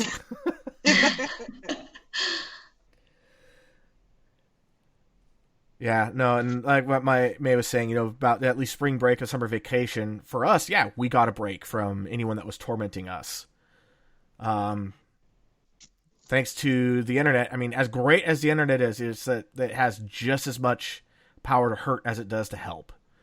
I can't tell you how many times I'll be on Whisper, and I'll see someone reaching out, getting ready to commit suicide, and I'll just be like, "Hey, buddy, how's it going? let's talk." And if I can't get them to even slightly come down the cliff, yeah, I'll report it to the authorities and be like, "Look, there's someone that's within this many miles of me on Whisper. Contact Whisper. They could give you all the details so you can find within 500 yards of where they are." But yeah, I've been able to talk a few people down, and what sucks is that when someone does reach out, crying out for help, you'll see a whole bunch of other people who think they're anonymous just piling on, like, do it, and all that. It's like, oh my God, you people are disgusting. That's so sad. It's just when they think they're anonymous that they let their true natures come through. And if they are truly a bully at heart, they're going to become a bully when they think they're anonymous. Exactly. And I think it becomes even worse at that point because they can hide. And so it exemplifies their bullying even more so because it's not connected to their name. Right. And it's almost like putting it on an amplifier. Yep. Kind of like they say, when you get drunk, it's not a drunk you that comes out, it's the real you that comes out. Right. Well, I can't say that that's necessarily true, because I've done some stuff when I was drunk that, no way. That was not me. Yeah, not me. It's a truth serum for me. That's why I don't do it. Do you discuss this in your groups about social media is not real, that sort of thing? Don't compare yourself. Is that a discussion that ever comes up with your students? Oh, yeah. We talk about that in Sources of Strength. And I also have that conversation with my cheerleaders. I remember last year, you can just, I guess when you've coached the same girls for their 4 years at high school, you get to know them really well. But we had a practice and I was just looking at their faces and you could see that something was wrong, like with many, many, many of the girls. And it was the middle of the semester and things get hard. And so I was like, what's going on with everybody? You aren't your usual selves. And so some of the girls would say, oh, this happened today, or I failed this test, or I got in a fight with my friend. And so I told them, I said, okay, I was like, pack up your stuff, we're going upstairs. And they all just kind of looked at me. And so they packed up their bags. We went up to my classroom and I had them all sit down in chairs in my classroom. And I drew a diagram on the board and it was a scale of 1 to 10. And I told them, I said, looking at this scale, we need to be able to identify stressors in our life and where they belong. And so the girls were especially upset at this point because we had an assembly, and when we were setting up for the assembly, we had put signs down on the edges of the mat. And students walk over the mats, they don't care. And so they had kicked some of the signs, and another student saw it and put the signs back. But when they put the signs back, they were upside down. And so it was so kind of them to put the signs back, but then we didn't double check it because we had never had that problem at practice. People were never messing with the signs, and so they had never been moved. And so when they went to go perform, one of the signs was upside down and the whole school saw it. And so to a teenager, again, like that's a really, really big deal. So they were upset, and I can understand. But when we went to my classroom, I was like, okay, you all have things going on in your life. Some of you are upset about a fight with a friend. Some of you are upset about a test. Some of you are upset about the signs. But we need to sit down and we need to kind of figure out where on this scale of 1 to 10 of stressors does it belong. And so I made them all get out a piece of paper and I made them draw their own scale. And I kind of went through what my scale would be. So like a stressor of a number 1 might be that I need to grade homework or I need to grade student essays. and I haven't gotten to it yet, and it's kind of piling up, and I know it's there and I need to do it, but it's been only a week, and so it could be worse. And so maybe that's a stressor number 1. Whereas like a stressor number 10 for me would be the death of a family member, or like if somebody in my family was diagnosed with cancer or an illness of some sort. Like, to me, that's the worst stressor. And so I think that in that moment, I made them go through and list out their stressors and put it on their scale, because some of them were treating not doing well on a test or a fight with a friend as like a 12 out of a scale of 1 to 10, when in reality, like it might be a 5, it might be a 4. And I think that they just automatically have these stressors and they jump all the way to, oh my gosh, my life is miserable. This is never going to get better. And so we just sat down and put in this perspective, like, what are your stressors and where do they belong on this scale? And so we still talk about it when they're having stressors in their life. We talk about what is this stressor and where would you put that on their scale? And so they have that piece of paper that's, we completely skipped cheer practice and we talked the entire class period about what was going on and what's hard and where does that belong on their scale. And that's really funny because that's actually something that when I went to the anxiety treatment center, instead of using stressors, we did what causes anxiety, 1 through 10, 10 being absolutely paralyzed. The goal being that you would approach your 8s and bring them down by facing them, and then go up to your 9s, bring them down by facing them, and then your 10s, so there's a lot of similarity there, and that's awesome that you did that. Absolutely awesome. And there's basically what I'm saying is that what you did, I'm validating it. It's amazing. I've seen very similar. It works. It helps to bring perspective. Cool. It brings levity. That was very awesome of you to do. Thank you. And Brittni agrees. She says it was a great life lesson for those girls. And when we were talking about the whole social media thing, I went trying to find something to make a meme to throw into the chat, but I couldn't find the base image I was looking for. It's a Simpsons one where Homer is standing in front of Marge, doing like the manly man pose, and he just looks absolutely great.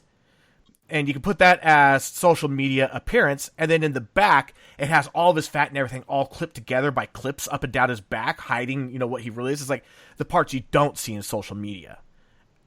Just, I think, would be a good way to put it. Mm-hmm. Yeah. Because, again, you see the good side, you don't see the bad side on social media.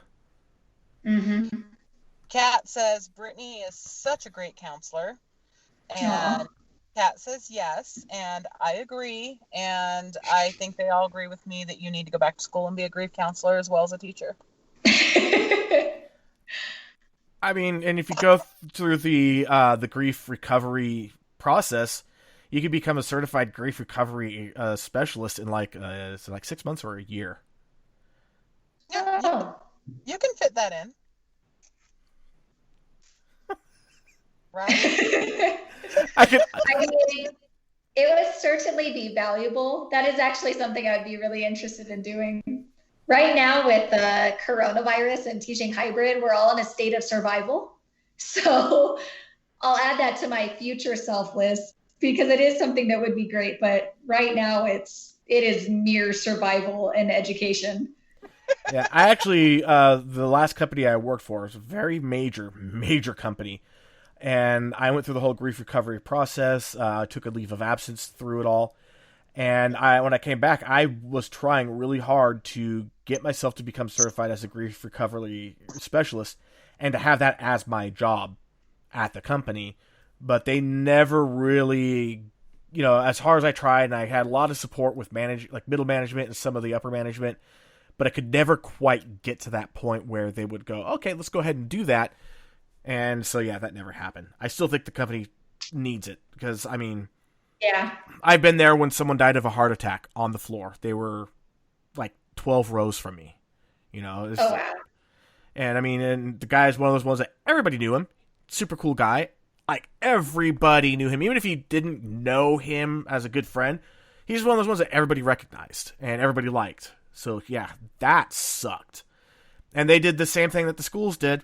We're gonna have grief counselors available. Keep doing your job. You could go during your lunchtime, your breaks, or after work. Right. Yeah, and it's like his closest friends were just such a wreck, and like his whole team was just a wreck. Like those people should have gotten time off. I agree. We had one of my peers passed away couple of months ago, unexpectedly. It was an accident, and it was the same thing. They scheduled grief counselors for us. They brought us all into a meeting, but on top of that, they did allow us to take that day off. And they called in support for our team, told us to take our time, do what we needed to do. So I am very lucky in the company that I work at that they gave us what we did for that. Sometimes I forget how lucky I am to work where I do. Yeah. No, and I mean, and you knew where I used to work. Yeah. Famous for being ahead of its time, and in this area they just weren't. But definitely, Brittni, you are an inspiration. Whether you see it or not, whether you accept it or not, you are. You're an amazing individual. I feel blessed to have you as a guest on this show. You know, thank you. Again, I fanboyed a little bit when I found out I was going to get you on the show. Not gonna lie. God, and I don't even pterodactyl at a boy band concert. He was so excited. No, it wasn't that bad. Hey, Yes, you know what? I got to meet Jerry Rice, my absolute hero, and I didn't freak out like that.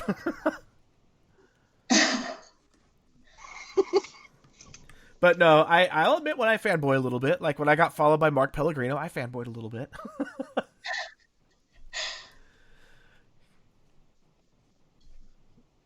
Looks like May was saying that R is a great friend. Since you're probably not going to read a comment about yourself, so I'll throw it out there. Yeah. If she ever wanted to hit me, it was just then. And also, she said a lot of companies forget that we're human beings before we're employees. And that's true. I saw something online the other day that I keep sharing with my coworkers, and I wish I would have saved it because it's so true. It said something about how our relationships with our friend and family are so important. And in work, we're completely replaceable. I mean, if I quit my job teaching, they'll have a new teacher in there in 2 weeks, and they'll take over, they'll do what they need to do. And I mean, it is what it is. But in my life and in my family and in my friendships, like that's something that can't be replaced. And so it was essentially saying that you need to put those first, even in a time that it seems like work has become even harder and we've got all these new obstacles and it's easy to just throw ourselves into that job. It's important to maintain the things outside of work because those are the things that are going to continue even when our position at work or our status or our importance, it doesn't always have that same significance. Right, and as valuable as you are and as amazing as you are, I mean, they could replace you as far as the position goes, but I don't think they could actually replace you. Let's just face it. I mean, who are they going to get that's like, hey, are you willing to come and do this job? You're also going to be a part of this and this, and you have to write out 130 cards a year to your students. I can see most teachers going, I have to do what? Yeah. A lot of teachers, and I hate to say it, a lot of teachers, especially here in California, I just want my tenureship and then I don't care. Yeah, that's sad. I'm not a big fan of that because, I mean, there were a couple of tenured teachers who were absolutely fantastic. Like, they worked every day like they could be fired that day. Like, at the end of their shift, they could lose their jobs, and they were amazing. But so many of them were like, I'm tenured. What do I care? And that's the attitude it was. I think the kids know that too, because you can ask any student in the building, who are the teachers who care about their jobs? Who are the teachers who don't? Who are the teachers who like kids and who are the teachers who don't? And the kids will tell you every single time the same exact names for every single one of those questions. And yes, it doesn't matter who the student is. They all know. They know who those teachers are. Yep. There was one teacher whose entire specialty was the psychology of bullies. Ironically, guess what she was to her students? The bully. Oh yeah, and not one student liked her. It wasn't like the entire student body went to a school board meeting, but it was, sizable. There were students lined up outside, all of them wanting to complain about this one teacher. They're like, look, we got to get rid of her because she is awful. Nope, they kept her. When I When I was in high school and I was pregnant with my son, I took a class called Family Dynamics. It was basically like a beefed up home ec class.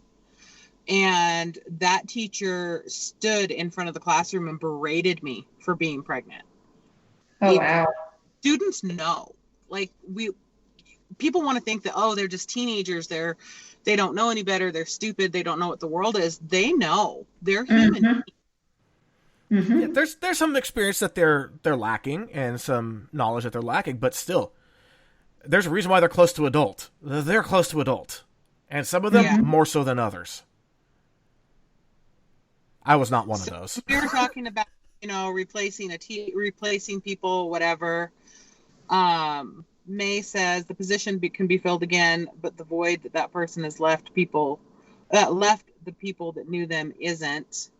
And then Kat says, yeah, no, a body would be in place, but Brittni could not be replaced. Oh, that's sweet.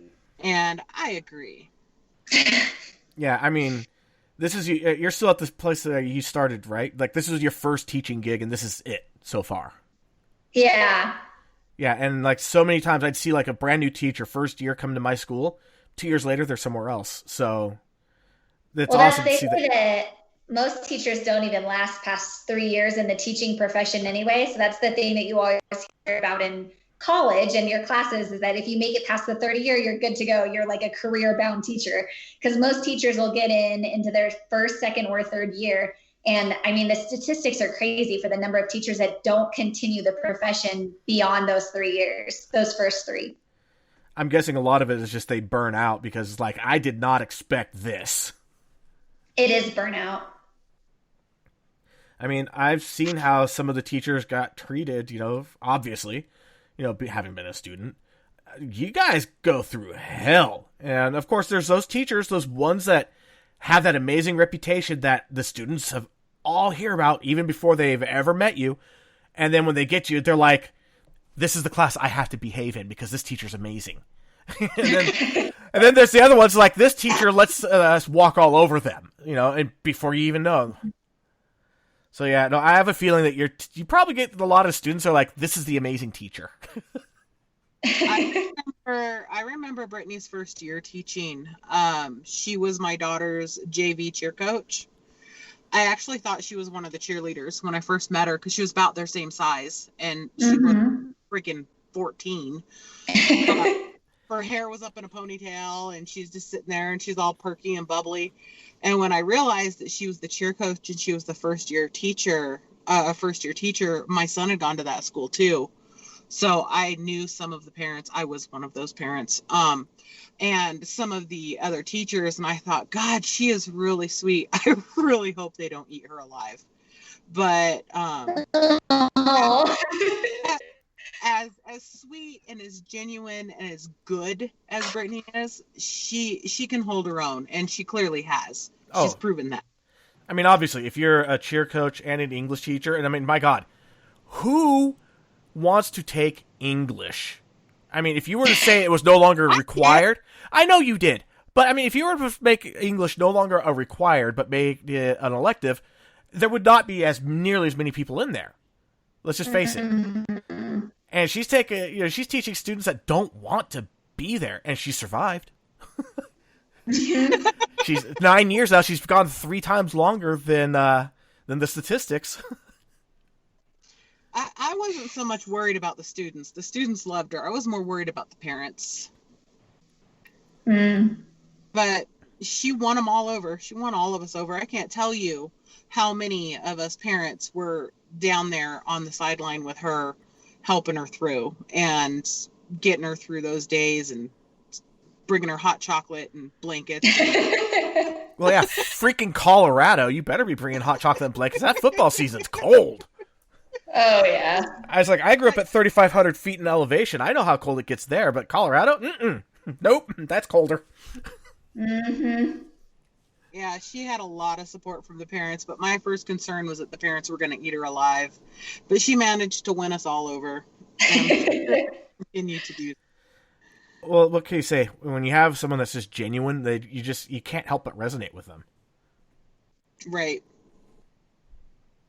I know Brittany's like, but this is just who I am. No, seriously, you are amazing. There's a reason why TED Talk came for you. There's a reason why Good Morning America wanted you, and New York Times wanted you, and Washington Post wanted you, and USA Today wanted you. And even when they couldn't get you, they still wrote articles about you anyway. Because, yeah, you really are that 1 in a million. You really are. And Thank there's you. a reason, going back in the comments a little bit, when we were talking about him fanboying over you, his good friend Pat said, damn it. oh, he did fanboy all over the game they play together. No names, just, I'm so excited about the TED Talk guest. And I just called you the TED Talk guest because that was just the way I identified you without dropping the name.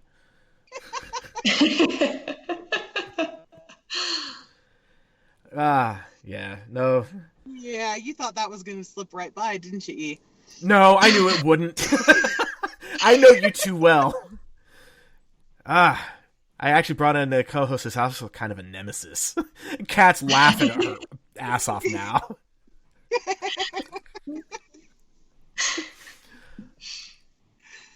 No, so, I mean, if you could do another TED Talk, if they asked you to do another TED Talk, would you? No. Wow. Really? Yeah, it's just I don't like public speaking, and that's pretty much what it boils down to. It was the scariest thing of my life to stand on that stage and to be in front of that audience. And I did shortly after. I drove down to Texas to do a speech in front of teachers, and it was 180 teachers, and I was a whole lot more comfortable because it was other people in the same profession, and just being able to talk to them and just in that different environment, I felt like that's where I belong more. Being on stage in front of 3,000 people, it was nerve-wracking, it was scary. I knew it was recorded, it was going to go on the internet. It just, everything about it to me just seemed so overwhelming. And I did it because I felt like it was a message that needed to be heard and needed to get out there. And I'm so grateful that I did. I wouldn't change the opportunity for the world. But if they came back to me and they were like, hey, let's do this again, I wouldn't have a desire to, no. You're like, hey, the message is out there. I'm done. I did my part. Yeah, but like I said, if more schools were to reach out to me and say, hey, we're doing professional development, we would love for you to come speak, I would do that in a heartbeat, talking to other educators or even talking to teenagers if it was in front of teenagers. But I mean, TEDx, it's people from all over the place, from different age groups, from different occupations. It's just, it's a large random group of people who come, and I was just so nervous. Attention school districts, reach out. Ahead when you said you are a public speaker, it's just a different crowd. Yeah, very, very different crowd. Yeah. But I mean, I can also understand talking in front of teenagers. I mean, you do that every day is your job. And talking to other staff, other teachers, I mean, again, you probably do that every day because it's your job. I could see that being a lot more comfortable and being able to just be more relaxed and be able in the moment. Yeah, I mean, that's what I'm passionate about. I'm not passionate about standing in front of 3,000 people and and making my speech. I'm passionate about talking to my students and other teenagers and my cheerleaders and the Sources of Strength kids and other teachers as well. I thought about maybe one day going back to school and getting my PhD so that I could be a professor who teaches future teachers, because that's something that I would be super passionate about. But as far as the public speaking in front of a large group like that, it's not my thing. And that's kind of how it was in my profession. It's like I could help one customer at a time doing what I do. But if I was in a coaching and educational position in my company, I would be helping those that would be helping the other people. I would be making a bigger impact. I get that. I get that 100%. Mm-hmm. It's that you just have that will, that I'm guessing that you have that will that to just, you want to make the biggest impact you can. And the best way to make the biggest impact is to make other clones of you doing what you do. So to speak. Would that be fair to say about you? Yeah, I could see that. Okay. Do we have any scientists in the chat so that I can get her DNA? Any geneticists here? Anyone working on cloning technology? I'll pull I it. don't know. That's kind of a scary thought, though, thinking that there could be a lot of me in the world. All right, so what's in your background that you don't want to share? No, you don't have to know the same thing. Oh, I just feel like sometimes I am like, A, I'm a perfectionist, and B, I get overexcited. It was so funny. A couple of years ago, a couple of my seniors who I had taught their sophomore, junior, and senior year, they were like, "We're going to set up a dating profile for you, and we need to find somebody for you." And I remember the one student, she said that when they made my profile, because they were going to set up an online dating profile for me, and they were going to run it because I told them I wasn't going to have anything to do with it. And she said, all we have to do is post pictures of you smiling and pictures of you with your dog and pictures of you with your students and your cheerleaders. And then when we're writing the About Me section, we're going to write about how you love walking down the halls of your school and seeing your students. And we're going to use lots of exclamation marks. And I was like, and I said, how do you know I use a lot of exclamation marks? And they're like, because you're always excited about everything. And so the fact that there could be a lot of me walking around is a kind of scary thought, because I do get super excited about everything. that's part of your charisma, though, Brittni. It's part of what draws people to you. I could just imagine seeing a whole room of Brittany's. She walks in, she's like, all right, okay, guys, you ready to tackle the day? And all of them, yeah! Yeah. Like, when my daughter was a senior, I started planning their senior cheer banquet like the middle of her junior year, because I wanted my kid to go out in style. But I was super stressed out. Like, I am one that I overanalyze everything, and I figure out everything that could go wrong, and I come up with a contingency plan to deal with how all that can go wrong. And that's a good trait to have when you're event planning, but it really kind of takes the fun out of all of it. So I was in that headspace when we were getting everything ready for the banquet, and in comes Brittni with all of these potted flowers, and the energy coming off of her, she was like radiating excitement and joy, and me being inside my head, I didn't think anything could get me out of that, but just being next to her and feeding off of all of that positive energy that she just exudes, it really allowed me to have a good time. So your excitability, your perkiness, your positivity, it's not a bad thing. We need like 10 and more of you in this world, and it wouldn't be such a horrible, angry place. I used to work with someone that had that same kind of energy. I called her my human Prozac. Yeah, Like, that's what she is. yeah, it's like, it didn't matter how bad a day I was having, how rotten my mood was. She'd just come by and say, hey, how you doing? And just boom, instantly I'm in a good mood. Yes. Aww. That's Brittni. But no, seriously, beyond everything, just what you have done to try to help make the world a better place. I mean, you've done it. The world is a better place because of you. You saved multiple lives. I guarantee you have. I mean, we already know for a fact that you saved R. And you also said that there's a couple that came back and said that your card made the difference. You have had a tremendous impact in this world, and it is far better off because of you. So thank you. Thank you. And May says, your original message should inspire anyone to know that they have the ability to do what you did. It takes one person to change the world, and you have done your part. So everybody else needs to pay it forward. She also says it takes $0 to be a decent human being. And we should remind everyone of that always. Exactly. I agree. I mean, even if it's as simple as walking down the street and you smile and say hi to the person that's passing you, for all you know, that right there could have been the moment that changed everything for them. Just some random stranger said hi. I do tell my seniors a story because we do a hero unit. It's one of our first units. We talk about Beowulf, and then we talk about heroes. And so I've got this activity called a wall debate where there's a yes on one side of the classroom and a no on the other side. And I read a statement, and they have to either go to yes, I agree, or no, I disagree based on that statement. And so one of the questions is basically anybody can be a hero. And so they say agree or they say disagree. And we talk about how firefighters can be heroes, or police officers can be heroes, or how somebody's mom or dad, like anybody can be a hero.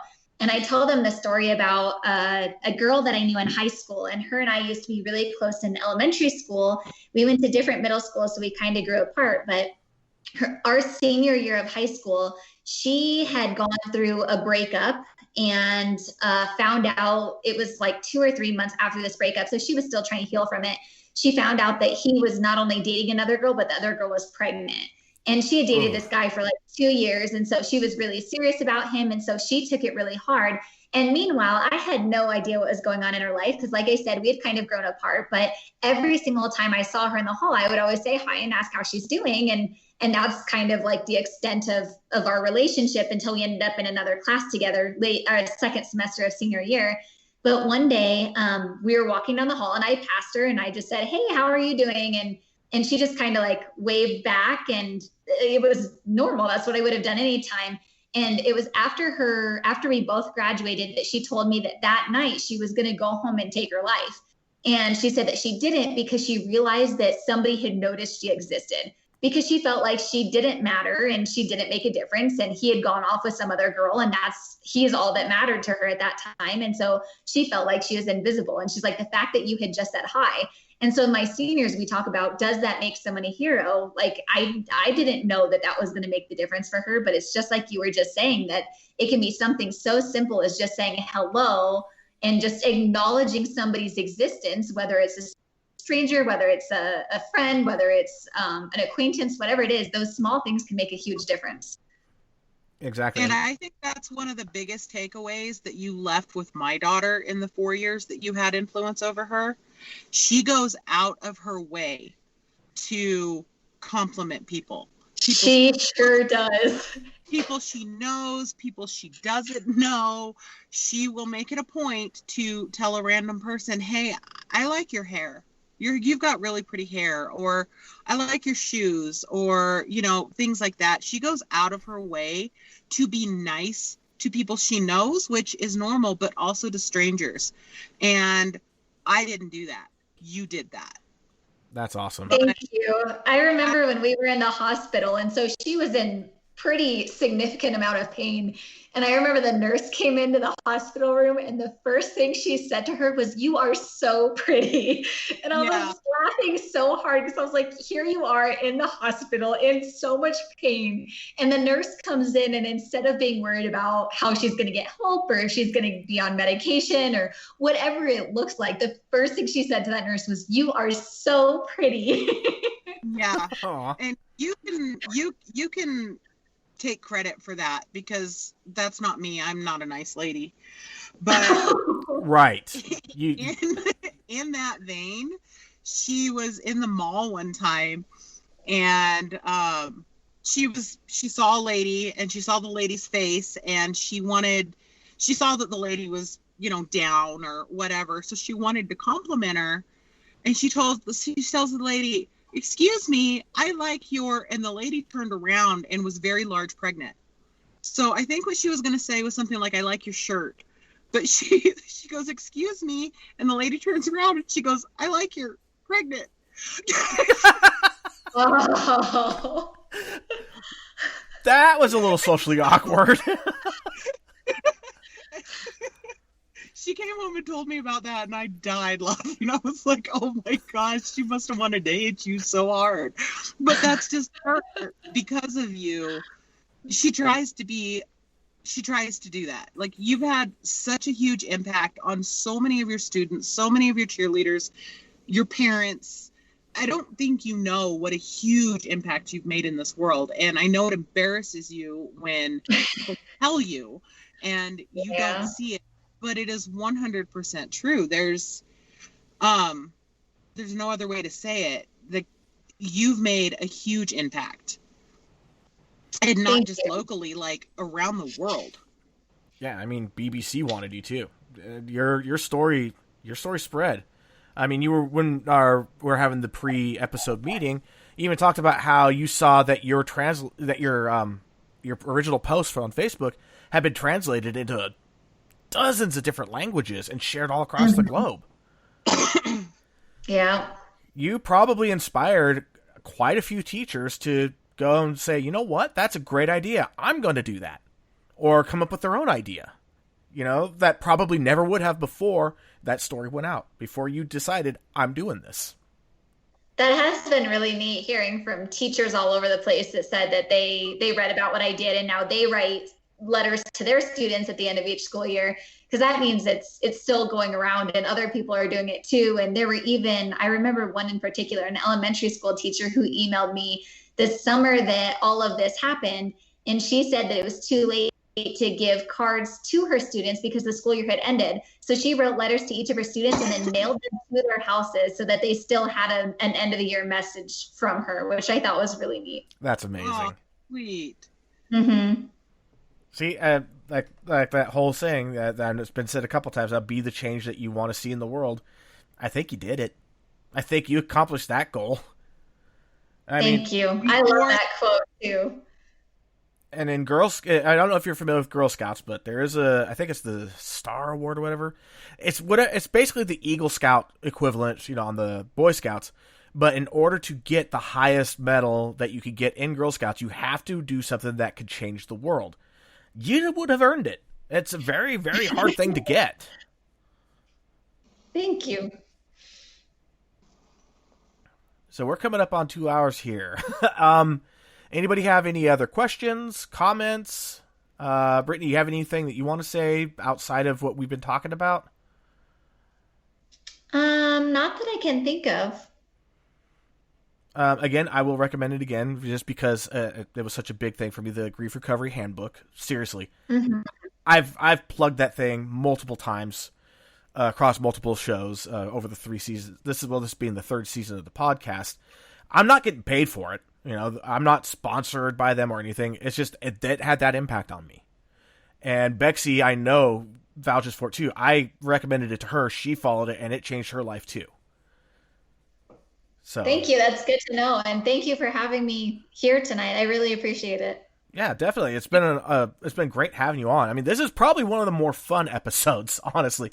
We're not talking about doom and gloom and, crushing depression and, stay in bed forever anxiety. We're actually talking about things that have changed, things that have gotten better, and systems that have been put in place to help prevent suicides and to help people realize that life is worth living.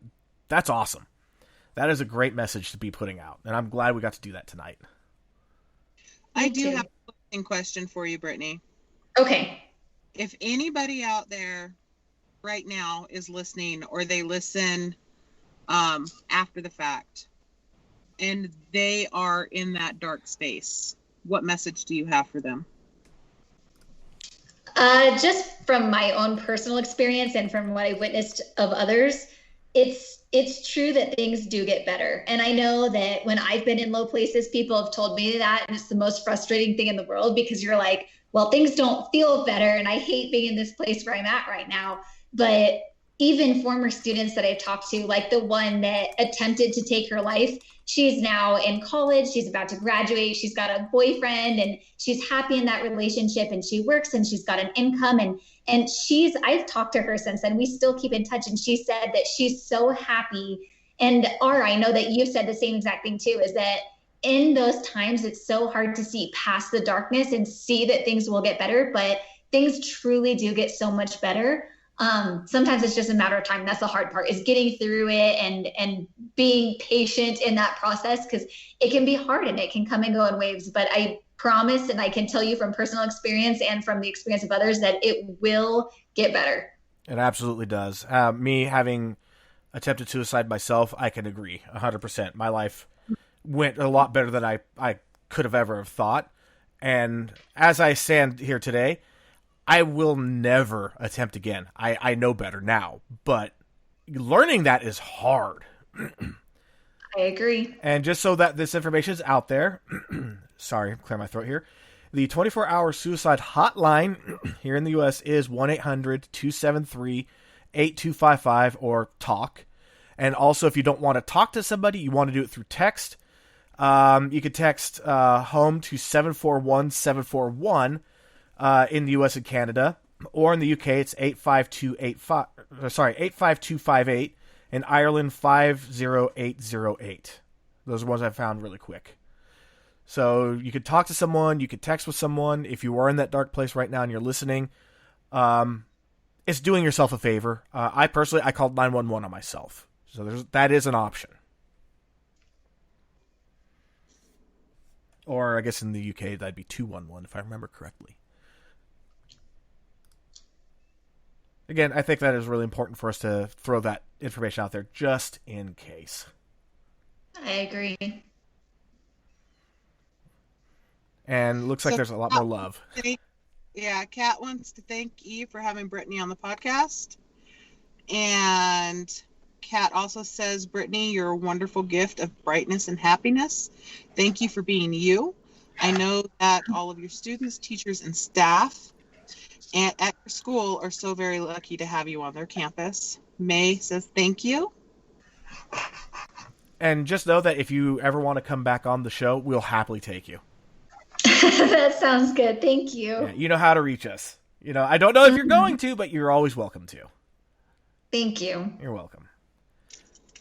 And with that, again, thank you for stepping in and helping out in Bexy's time of need and my time of need. Greatly appreciate it. I know that there are certain topics that I might have to fly solo. That's okay. I've done it before.